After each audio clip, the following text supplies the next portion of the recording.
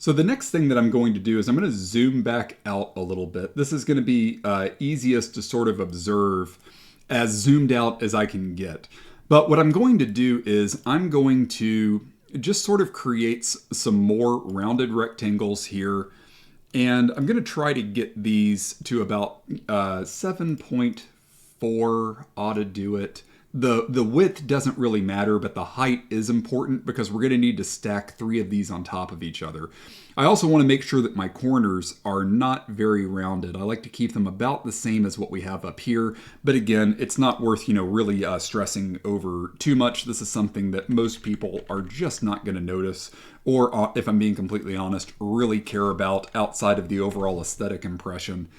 Once we have one of these rectangles, let's go ahead and just copy it a couple of times. It doesn't really matter where you place them because before we do anything else, I'm just going to go ahead and drag and try to grab all 3 of these new rounded rectangles.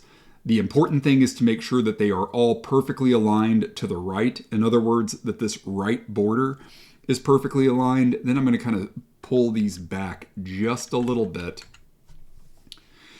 And now, want to make sure that you're watching. You need to pay attention to this. We're going to go ahead and click on our background rectangle, hold down Control, and click all 3 of our new rectangles here. Then I'm going to go up to Shape, Format, Merge, and I'm going to subtract those 3 rectangles from my background rectangle. And if you're curious as to how Power BI knows what to subtract, Power BI is actually logging everything behind the scenes that you click on. So as soon as I click on this visual, Power BI is already basically configuring or realizing that I want to do something to this first visual that I clicked on. Now, just by clicking on this first rectangle, it gives me the option to subtract it. If I click on another rectangle, it knows I want to subtract 2, and if I click on all 3 rectangles, it just knows that I want to subtract those 3 rectangles from my layout here. So the reason that I'm doing this is, first of all, yes, I'm trying to allow a little bit more of my super cool background to sort of bleed into this visual. But since we have a nice dark background, I'm also going to use the space in each of these areas to write some descriptive text for each section in my infographic. And if you'll remember, my infographic has 3 sections. The first one here is kind of describing what's happening. It's going to tell us what our top products are and help us understand, what are customers buying, what's happening in our 3 stores. The next one is where we're going to talk about the time of day and the time during the week that we tend to sell the most. And then down here is where we're going to visualize our forecast stuff.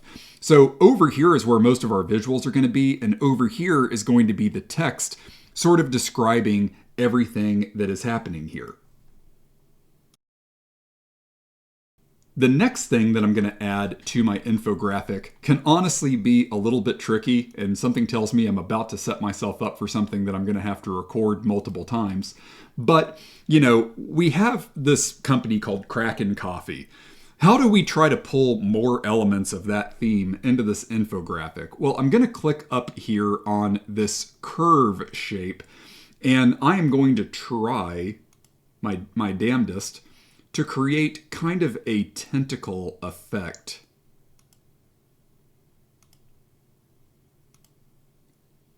And you can see I'm just kind of clicking over and over again. Trust me, this takes some practice. Right now, this is actually going surprisingly smoothly for a demonstration. It may take you quite a bit of additional practice to sort of understand how this works, in order to sort of, make your perfect curve line over here and then kind of loop back and follow the same curve. Folks, this just takes practice. And if you decide that you don't want to do this, no problem. I'll totally understand. You can also just use the same technique that I showed you to subtract these rectangles from the background, and maybe try just like dragging a square or something over here and subtracting that. But I had the brilliant but surprisingly difficult idea to try to pull off the same effect, but by actually creating some tentacles here. And so what I'm going to do now is I'm going to zoom back out here. And if I'm being completely honest, the tentacle is a little bit taller than I meant for it to be. So let's try just doing that. And now I'm going to copy and paste this. I'm going to try to get this one in roughly the exact same spot. Now I'm going to just do exactly the same trick here. It's just with a weird looking shape. I'm going to click on my background. I'm going to click on my two tentacles here. And I'm just going to go up to shape format and subtract those tentacles from my background. Doesn't look great. Honestly, these tentacles looked even better in sort of my practice version, but I guess I'll have to do. Let's see. Let's try it one more time and see if increasing the height helps just a little bit.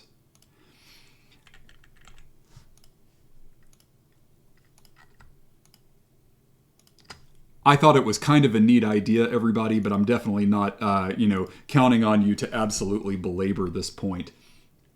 Now we're going to zoom back out and see how that looks. And honestly, it looks about the same as it did during my practice.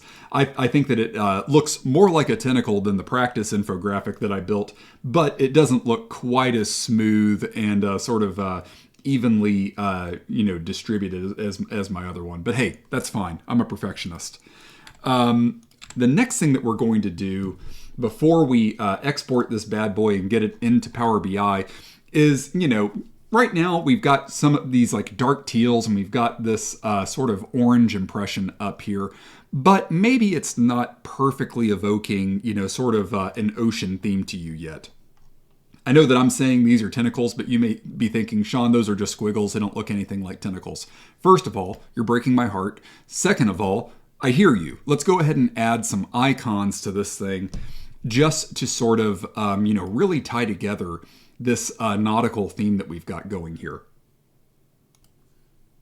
Okay, took a second for my icons to come up, but now let's just start typing in things that we think we might need. Okay, fish, that makes sense. Don't want to get anything too crazy. These things are background fodder. We just kind of want some things that are going to help someone who is looking at this definitely see the sort of ocean theme that we're putting together. Let's see. Let's try ocean, see what comes up. Oh, okay. I've got some kelp, some coral, things that I can use. I've got some seashells. That whale looks pretty cheesy. Probably not going to use that. Can maybe get away with the odd seahorse, maybe a crab. I'm debating on these palm trees. Let's see if there are any other trees that maybe look a little bit better. Yeah, that's what I wanted, just a palm tree. I don't need any of the fake ocean waves underneath of it. Okay, so we've got 10 icons here. That's probably enough. Power BI is going to go ahead or PowerPoint rather, is going to download those things and spit them onto the page here. Don't know why this is taking so long. I thought this would be instant, but hey, okay, it's going. There we go. Okay, so now we've got some icons that we can use. Not going to get, too carried away with this, but let's go ahead and just grab a crab. Sounds kind of weird. Let's go ahead and grab our eyedropper here. I'm going to make that crab orange. Let's go ahead and grab a palm tree.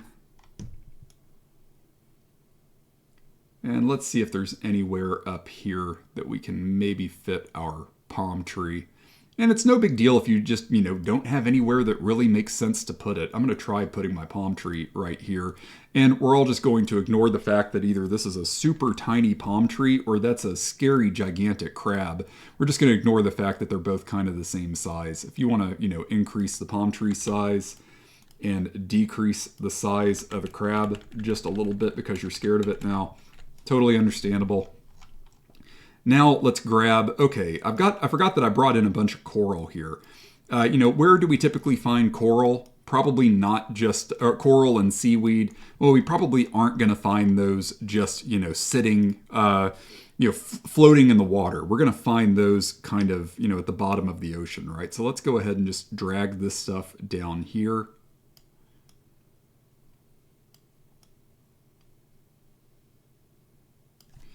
If you want to copy and paste something, right now all of this is definitely looking like I just copy and pasted a bunch of infographics, or a bunch of icons rather, right? So one thing that we can do to sort of mix this up a little bit and make it look a little bit fancier is let's go to arrange, and let's try rotating, and we're going to flip this one seaweed on its axis so that it's now kind of a mirror image of the other one. Okay, so we've got quite a bit of coral and seaweed down here at the bottom. Let's go ahead and align the bottoms here. And the next trick that we're going to do is to kind of make these fade into the background. We're going to grab exactly the same green here, and you're thinking, well, Sean, that just makes them invisible. But let's go back up to more fill colors, and we're going to do the same trick that we did with the fonts here. I'm just going to darken these up a little bit so that they're there, but they're a little bit difficult to see, which makes sense because these are supposed to be underwater. You would expect, for them to kind of be a very dark blue and just a little bit more difficult to see. Now we're going to go up here and we're going to grab our seashell. We're going to see if we can maybe this looks more natural if I kind of flip it over a little bit. I'm going to shrink that down. I'm going to use, let's see, that kind of looks very faint, but at least it's there. I'm going to grab my seahorse. We don't want to put a whole bunch of stuff in the middle of these rectangles for the obvious reason that we're going to have text there. So, we're just going to kind of go through our blues here. We don't want these icons to really pull a whole lot of attention to themselves, right? We just kind of want them there. These are, just background fodder. It's okay if they're small. It's okay if they're even a little bit difficult to see, because at the end of the day, these are not terribly important things that we're sort of adding here.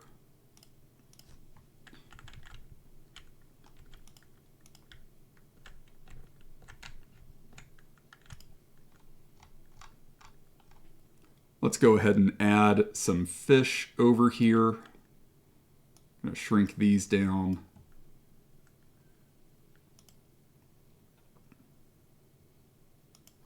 That looks pretty good.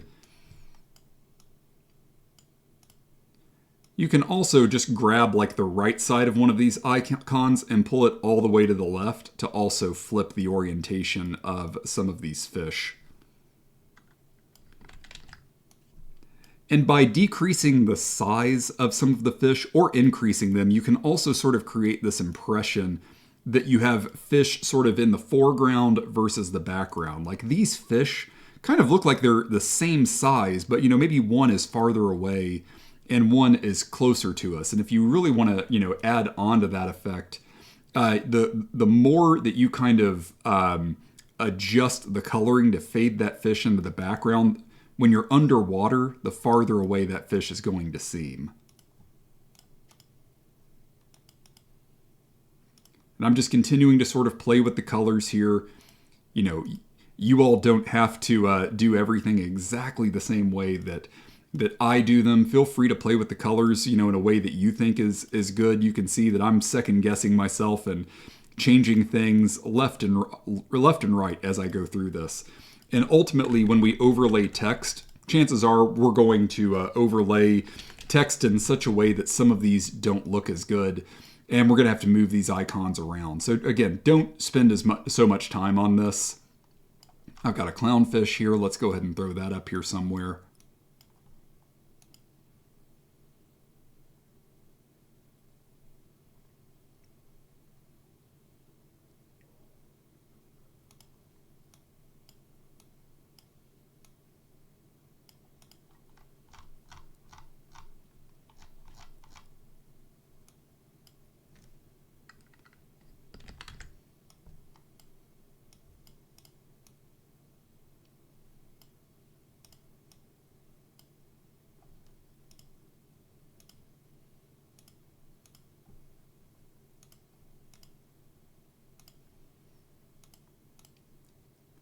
And folks, I swear that we're almost done here. I'm spending a little bit more time than, you probably would, or that a sane person would, because I'm also trying to more or less match this to the practice version of the infographic that I put together. So I'm playing with the colors again, a little bit more than you probably are, and that's totally fine. At the end of the day, we're just trying to create, a bunch of icons that evoke the feeling of the ocean without pulling too much attention or becoming distracting.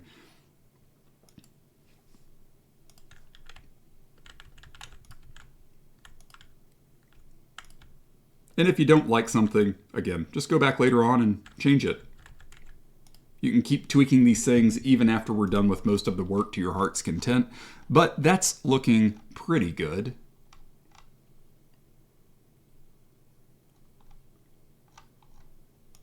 Okay, I think that we're just about done here. The only thing that's really left for us to do now is let's go ahead and save our infographic background here as a JPEG. So I'm going to save as. Let's go ahead and browse. Let me find the class. I always go to the wrong place. This is our Power BI portfolio in a day, our Kraken Koffee sales infographic. Let's just save it right here. This is our infographic background. We're just going to save this single slide.